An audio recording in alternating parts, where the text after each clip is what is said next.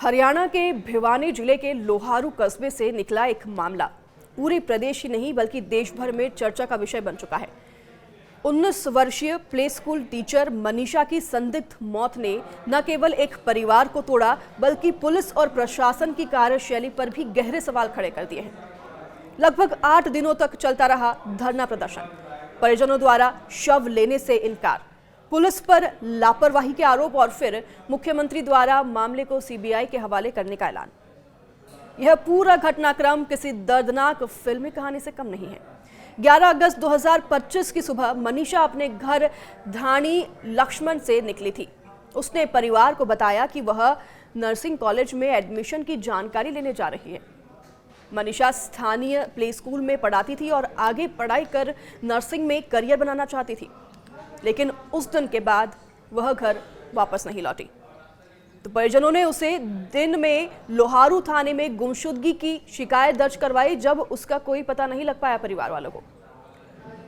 लेकिन पुलिस का रवैया बेहद ही लापरवाह रहा। परिवार के अनुसार पुलिस ने उनसे कहा कि लड़की कहीं चली गई होगी, खुद ही लौट आएगी। पुलिस ने इस पूरे मामले को गंभीरता से नहीं लिया और शुरुआती जांच तक शुरू नहीं की।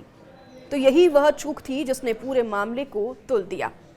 2 दिन बाद यानी 13 अगस्त को सिंघानी गांव के पास खेतों में ग्रामीणों को एक लाश मिली। अब पहचान की गई तो यह मनीषा का शव था। गले और शरीर पर चोट के निशान थे। परिवार का आरोप था कि उसकी बेरहमी से हत्या की गई है। तो वहीं शव को भिवानी अस्पताल ले आया गया और फिर शव का पोस्टमार्टम हुआ, लेकिन परिवार और ग्रामीणों ने शव लेने से साफ इनकार कर दिया। उनका कहना था कि जब तक हत्या की पूरी जांच नहीं होगी और दोषियों की गिरफ्तारी नहीं होगी तब तक अंतिम संस्कार नहीं करेंगे। मामला जैसे तैसे बड़ा होता गया। सरकार पर दबाव बढ़ा। मुख्यमंत्री नायब सिंह सैनी को हस्तक्षेप करना पड़ा। उन्होंने भिवानी के एसपी मनवीर सिंह को तुरंत पद से हटा दिया और उनकी जगह आईपीएस सुमित कुमार को नियुक्त किया गया। साथ ही लोहारू थाने के एसएचओ अशोक, महिला एएसआई शकुंतला, कांस्टेबल पवन, एसपीओ धर्मेंद्र और ईआरवी टीम के अनूप को निलंबित कर दिया गया। सरकार का यह कदम इस बात का संकेत था कि शुरुआती जांच में भारी लापरवाही हुई, लेकिन पुलिस और प्रशासनिक कार्रवाई के बाद भी परिजनों और ग्रामीणों का गुस्सा कम नहीं हुआ। 16 और 17 अगस्त को लोहारू और अस्पताल के इलाकों में विरोध तेज हो गया। दिल्ली पिलानी रोड को जाम कर दिया गया, बाजार बंद रहे, जगह जगह कैंडल मार्च और पंचायतें हुई। भीड़ नारेबाजी कर रही थी। मनीषा को न्याय दो के नारे लग रहे थे। तो वहीं स्थिति बिगड़ती देख प्रशासन ने भिवानी और चरखी दादरी जिलों में इंटरनेट और एसएमएस सेवाएं बंद कर दी। यह कदम इसलिए भी उठाया गया ताकि अफवाहें ना फैलें और कानून व्यवस्था बनी रहे, लेकिन इससे भी लोगों का गुस्सा शांत नहीं हुआ। 18 अगस्त को केस में बड़ा मोड़ आया। पुलिस ने प्रेस कॉन्फ्रेंस कर दावा किया कि यह हत्या नहीं बल्कि आत्महत्या का मामला है। तो पुलिस ने यह कहा कि मनीषा ने कीटनाशक खरीदा था और उसके पास से एक सुसाइड नोट भी मिला। लेकिन सबसे बड़ा सवाल यह था कि यह नोट पहले दिन ही शव के पास से मिला था, फिर इसे 5 दिन तक छिपाकर क्यों रखा गया? अगर शुरुआत से आत्महत्या का मामला था तो हत्या की एफआईआर क्यों दर्ज की गई? तो परिवार ने पुलिस वालों पर आरोप लगाया है कि वह सच्चाई दबा रही है और पूरे मामले को आत्महत्या बताकर लीपापोती करना चाहती है। इसी बीच पोस्टमार्टम की 2 रिपोर्ट भी सामने आई। एक रिपोर्ट हत्या का संकेत दे रही थी, जबकि दूसरी आत्महत्या की। तो वहीं इस विरोधाभास ने पूरे मामले को और भी सुलझा दिया। लगातार विरोध और ग्रामीणों की जिद के चलते मुख्यमंत्री नायब सिंह सैनी ने घोषणा की है कि मनीषा केस की जांच अब सीबीआई करेगी। साथ ही दिल्ली एम्स में तीसरा पोस्टमार्टम कराया गया ताकि पहले की दोनों रिपोर्ट्स में जो विरोधाभास था उसे दूर किया जा सके। यह कदम सरकार की मजबूरी भी थी, क्योंकि जनता का भरोसा स्थानीय पुलिस पूरी तरह से खो चुकी थी। करीब 8 दिनों तक शव अस्पताल में पड़ा रहा, धरना और प्रदर्शन जारी रहा, लेकिन आखिरकार 21 अगस्त को प्रशासन और परिवार के बीच सहमति बनी।